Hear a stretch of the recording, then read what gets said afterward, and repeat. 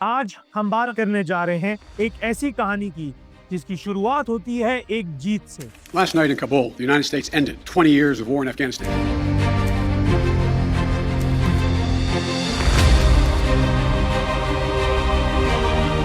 लेकिन ये एक ऐसी जीत थी जो कि दरअसल एक बहुत बड़ी हार थी।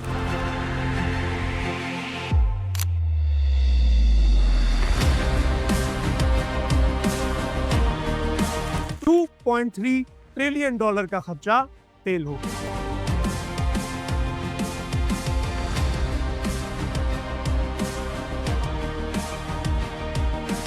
इस सब की शुरुआत हुई 1989 में दी गई सोवियत यूनियन को अफगानिस्तान के अंदर शिकस्त से।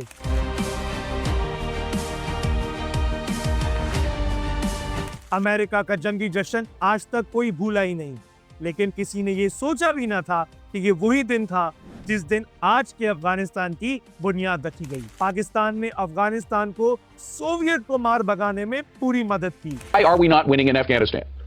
One word, Pakistan. Pakistan, for the last almost 16 years, David, has been supporting the Taliban. इस सब के चलते चलते पाकिस्तान ने एक दुश्मन को जरूर हराया, लेकिन उसने अपना सबसे बड़ा दुश्मन पैदा भी कर लिया। लेकिन ऐसा क्या हुआ कि दो ऐसे मुल्क जिन्होंने साथ में जंग लड़ी एक दूसरे के जंगी दुश्मन बने बैठे हैं? अमेरिका ऐसा क्या चाह रहा है जिसकी वजह से दो मुल्क पाकिस्तान और अफगानिस्तान एक दूसरे के सामने आ खड़े हुए हैं?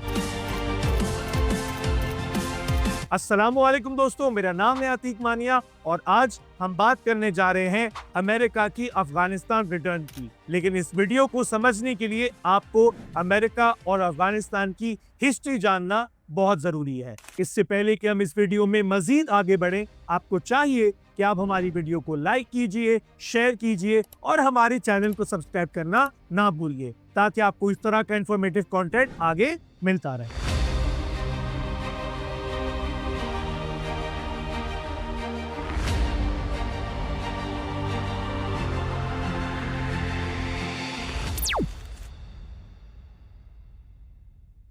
ये जो आपने स्क्रीन पर लम्हे देखे, ये वही लम्हे हैं जिन्होंने एशिया का नक्शा बदल कर रख दिया। $2.3 ट्रिलियन का खर्चा, हजारों नहीं लाखों जानों का नुकसान, 20 साल की जंग और रिजल्ट वही।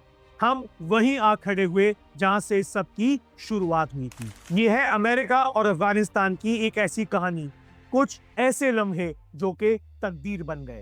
इस अफगानिस्तान और अमेरिका की स्टोरी के अंदर एक बहुत अहम किरदार है पाकिस्तान का। जी, पाकिस्तान का। 1979 में जब रशिया ने अफगानिस्तान के ऊपर अटैक किया तो पाकिस्तान ने एक दोस्त, एक भाई की तरह अफगानिस्तान की पूरी मदद की और इस मदद के चलते चलते सोवियत को अफगानिस्तान के अंदर मुंह की खानी पड़ी। लेकिन इस सारे प्रोसेस के अंदर पाकिस्तान अफगानिस्तान के साथ मिलकर यूएस को कब नाराज कर बैठा, ये एहसास उसे बहुत देर से हुआ। डोनाल्ड ट्रंप की नजरों में पाकिस्तान अमेरिका का एक ऐसा दोस्त है जिसने अमेरिका की पीठ पर छुरा घोंपा है और अमेरिका धोखा देने वालों को कभी नहीं भूलता। अब जब दूसरी बार डोनाल्ड ट्रंप प्रेसिडेंट की सीट पर वापस आकर बैठे हैं, उनका टास्क है अपने साथ की गई डबल गेम की बराबरी करना। अमेरिका और अफगानिस्तान की कहानी शुरू होती है 1979 में, जब सोवियत ने अफगानिस्तान के ऊपर अटैक किया और उसे कब्जा करने की कोशिश की। अमेरिका ने इसे एक कोल्ड वॉर समझा और CIA की मदद से ऑपरेशन साइक्लोन लॉन्च किया गया।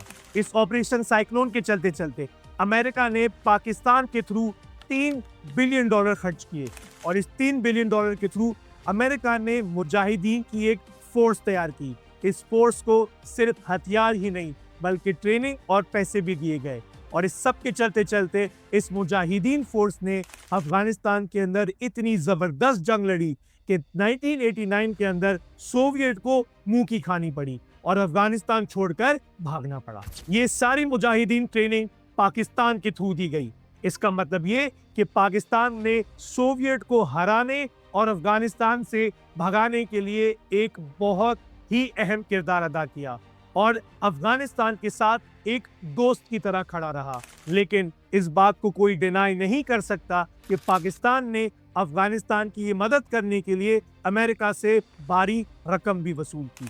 सोवियत विड्रॉल के बाद अफगानिस्तान जैसे सिविल वॉर का शिकार हो गया। अलग अलग लश्करों के बीच में लड़ी गई जंग ने अफगानिस्तान को तबाह कर डाला। 1990s के अंदर मदरसों से तालिबे इल्म की एक जमात बनी जिसका नाम है तालिबान। इस तालिबान ने शुरू में अमन और स्टेबिलिटी का वादा किया और इसी के चलते चलते उन्होंने 1996 में काबुल तक पूरा कब्जा कर लिया। वक्त चलते चलते तालिबान बिल्कुल बेकाबू हो गया, जैसे कि एक बेलगाम घोड़ा, और इस ताकत के नशे के अंदर वो उसामा बिन लादेन को पनाह दे बैठा। जी, वही उसामा बिन लादेन जिसने अल कायदा बनाई थी। फिर चलते चलते आया 11 सितंबर 2001 का दिन। ये वो दिन था जिस दिन अमेरिका के ऊपर एक खतरनाक अटैक हुआ। इस अटैक के अंदर 3000 से ज्यादा अमेरिकन मारे गए और इस अटैक के पीछे जो मास्टरमाइंड था वो था अल कायदा, यानी Osama bin Laden. American government ने डायरेक्टली अफगान हुकूमत को कांटेक्ट किया और सोवियत के दौर में की गई मदद का सिला मांगा, लेकिन अफगान हुकूमत ने सिफात अल्फाज में इस रिक्वेस्ट को मना कर दिया। इस इनकार ने जैसे अमेरिका का पारा ही हाई कर दिया और इसके चलते चलते अक्टूबर 2001 के अंदर अमेरिका ने अफगानिस्तान के ऊपर हमला कर दिया। ऑपरेशन इंड्यूरिंग की शुरुआत हुई और अमेरिका ने नेटो फोर्सेस के साथ मिलकर तालिबान की हुकूमत गिरा दी। इसके बाद 20 साल तक अमेरिका ने अफगानिस्तान के अंदर एक डेमोक्रेटिक हुकूमत बनाने की कोशिश की। नेटो के 50 से ज्यादा कंट्रीज ने अमेरिका का साथ दिया इस मिशन के अंदर, लेकिन अमेरिका जो करने आया था वो कर ही नहीं पाया और अफगानिस्तान के ऊपर हुकूमत करने का ख्वाब ही रह गया। 2020 तक अमेरिका अफगानिस्तान के सख्त जान वॉरियर से लड़ते लड़ते थक चुका था और आखिरकार 2020 में अमेरिका ने दोहा कतर में तालिबान के साथ सुलह कर ली गई। एक ऐसा अग्रीमेंट साइन हुआ जहां पर अमेरिका ने ये लिख कर दिया कि वो अफगानिस्तान से विथड्रॉ करना चाहता है। इसके बाद आहिस्ता आहिस्ता अमेरिका ने वापसी की शुरुआत की और अगस्त 2021 में आखिरी प्लेन जिसके अंदर अमेरिकन सोल्जर्स थे वो भी अफगानिस्तान छोड़कर चले गए। जैसे ही ये सब कुछ हुआ, अफगानिस्तान के तालिबान ने लाइटनिंग स्पीड के साथ पूरे मुल्क पर कब्जा कर लिया और उनके प्रेसिडेंट अशरफ गनी मुल्क छोड़कर भाग गए। जाते जाते अमेरिका अफगानिस्तान के अंदर $7 बिलियन के हथियार छोड़ गया। जी, $7 बिलियन। ये हथियार काफी हैं किसी भी मुल्क के साथ एक नई जंग शुरू करने के लिए। अब ये हथियार जानबूझकर छोड़े गए या गलती से रह गए, ये समझने के लिए एक छोटी सी अकल भी काफी है। आज 2025 में तालिबान पूरी अफगान गवर्नमेंट चला रहे हैं, लेकिन औरतों के हुकूक छीन लिए गए हैं। औरतें स्कूल नहीं जा सकती, औरतें काम नहीं कर सकती। अमेरिकन गवर्नमेंट ने कभी भी तालिबान की गवर्नमेंट को रिकॉग्नाइज नहीं किया और अफगानिस्तान के $7 बिलियन के एसेट्स को फ्रीज कर दिया गया। इसी की वजह से अफगानिस्तान एक इकोनॉमिक क्राइसिस का शिकार है और तकरीबन 28 मिलियन अफगानीज को ह्यूमैनिटेरियन एड की जरूरत। 20 साल की जंग, $2.3 ट्रिलियन का खर्चा और हजारों नहीं लाखों जानों का नुकसान, लेकिन हालात आज फिर से 2001 जैसे हैं।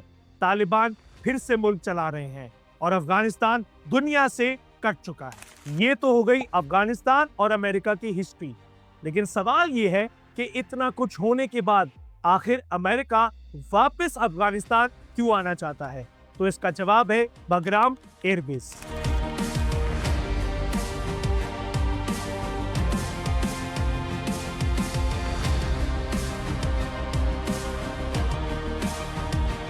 डोनाल्ड ट्रंप ने सीट पर वापस बैठते ही बगराम एयरबेस को वापस हासिल करने की ख्वाहिश का इजहार किया है।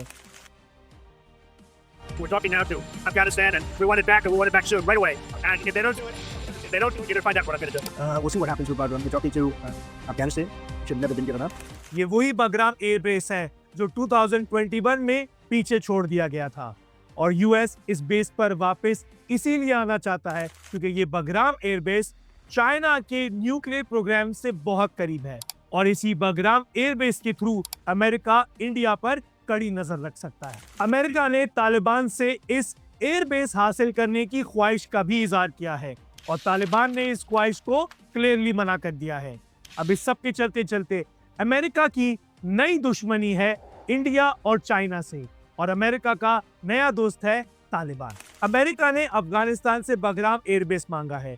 इस एयरबेस को वो चाइना के खिलाफ यूज करना चाहता है। और सिर्फ यही नहीं, इस बगराम एयरबेस के थ्रू अमेरिका इंडिया को भी अपने रेडार में लेना चाहता है, जो एक बढ़ती हुई सुपर पावर है। इस बगराम एयरबेस से एक नहीं, दो नहीं, बल्कि इस तीर से कई सारे शिकार होंगे, जो वक्त के साथ साथ मेरे और आपके सामने आएंगे। इस सब के चलते चलते अमेरिका को चाहिए पाकिस्तान का साथ। जी, पाकिस्तान, जो कि माजी में अमेरिका की सारी स्ट्रेटजीज का पार्टनर रहा है। और अब अमेरिका को दी गई इस मदद की वजह से पाकिस्तान को अपनी दोस्ती की कीमत चुकानी होगी। अब सवाल यह है कि ट्रंप पाकिस्तान से क्या चाहता है। ट्रंप की सबसे पहली डिमांड है डबल गेम बंद करो। ट्रंप का ये कहना है कि पाकिस्तान सामने तो दोस्त बनता है, लेकिन पीठ पीछे अमेरिका के दुश्मनों को पनाह देता है। अमेरिका ये चाहता है कि पाकिस्तान तालिबान और हक्कानी नेटवर्क जैसे ग्रुप से अपना ताल्लुक बिल्कुल खत्म कर दे और ये कॉन्सेप्ट गुड और बैड तालिबान को भूल जाए। दूसरी शर्त है पैसा वसूली।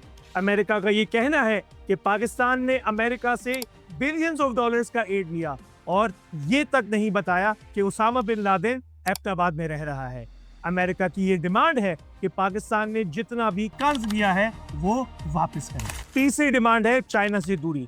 अमेरिका चाइना को अपना सबसे बड़ा कंपेटिटर मानता है और अगर अमेरिका पाकिस्तान के करीब आ रहा है तो उसकी तीसरी सबसे बड़ी शर्त होगी कि पाकिस्तान चाइना से दूरी इख्तियार करे। आज जब चाइना पाकिस्तान में बिलियंस ऑफ डॉलर्स की इन्वेस्टमेंट कर चुका है और रिसेंट पाकिस्तान वर्सेस इंडिया की वॉर में चाइना ने पाकिस्तान को खुलकर सपोर्ट किया है, अब देखना यह है कि चाइना के साथ दूरी मुमकिन है या नहीं। हिस्ट्री हमेशा ये बताती आई है कि अमेरिका की दोस्ती ने किसी को फायदा नहीं दिया है और पाकिस्तान इसका मुंह बोलता सबूत है। एक्सपर्ट्स का ये कहना है कि अमेरिका की बहुत सारी शर्तें मान ली गई हैं और रिसेंटली जो हमारे आर्मी चीफ को अमेरिका के अंदर जबरदस्त होस्टिंग के साथ लंच पर दावत दी गई, वो ये सबूत है कि पाकिस्तान और अमेरिका एक दूसरे के करीब आ चुके हैं। और तारीख ये भी बताती है कि there is no such thing as free lunch. और यही नहीं, मिडिल ईस्ट समिट में तो हद ही हो गई, जहां डोनाल्ड ट्रंप ने अपनी स्पीच रोककर हमारे प्रेसिडेंट शहबाज शरीफ को मेन स्टेज पर बुलाकर बोलने का मौका दिया और हमारे प्रेसिडेंट साहब डोनाल्ड ट्रंप की तारीफ करते करते उन्हें नोबेल पीस प्राइज अवार्ड का उम्मीदवार बना बैठे। अब देखना यह है कि पाकिस्तान और अमेरिका की नई दोस्ती एशिया में कौन सा नया गेम प्लान सेट करेगी। क्या इस दोस्ती से चाइना नाराज होगा या नहीं, और फिर इस सब प्रोसेस के अंदर इंडिया का क्या रोल होगा। अगर आपको हमारी वीडियोस अच्छी लगी तो कमेंट सेक्शन में हमें जरूर बताइए और हमारे चैनल को सब्सक्राइब करना ना भूलिए। इस वीडियो को एंड तक देखने का शुक्रिया।